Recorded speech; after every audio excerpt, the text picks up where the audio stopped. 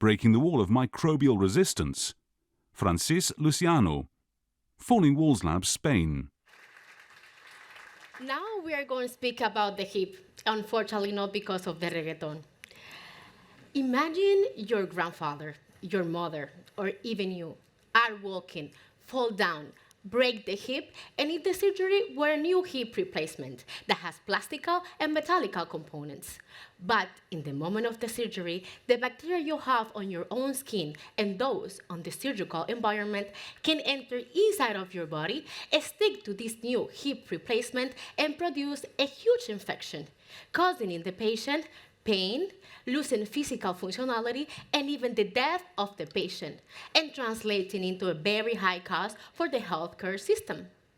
In Europe, around 166,000 people require a surgery like this per year, and between 5 and 20% of them have a risk of infection, 20% risk of death, and increasing by 4 the healthcare costs in the system.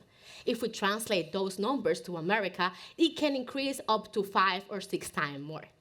So far, the solution they have is having a new surgery, removing the hip prosthesis, and using instead a bone cement with antibiotic, which has low effectiveness, a lot of cost, and the most important, a risk of microbial resistances.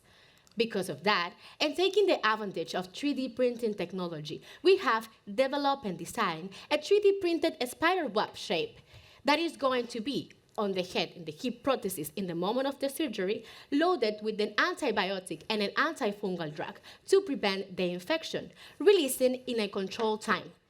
Has been made with biocompatibles and biodegradable components, avoiding like this a new surgery, any rejection from part of the patient, or any kind of microbial resistances. We already have a patent of this technology in collaboration with Hospital Gregorio Marañón y la Universidad Complutense de Madrid. And as it's personalized, we can extrapolate this implant to other parts of prosthesis inside of our body.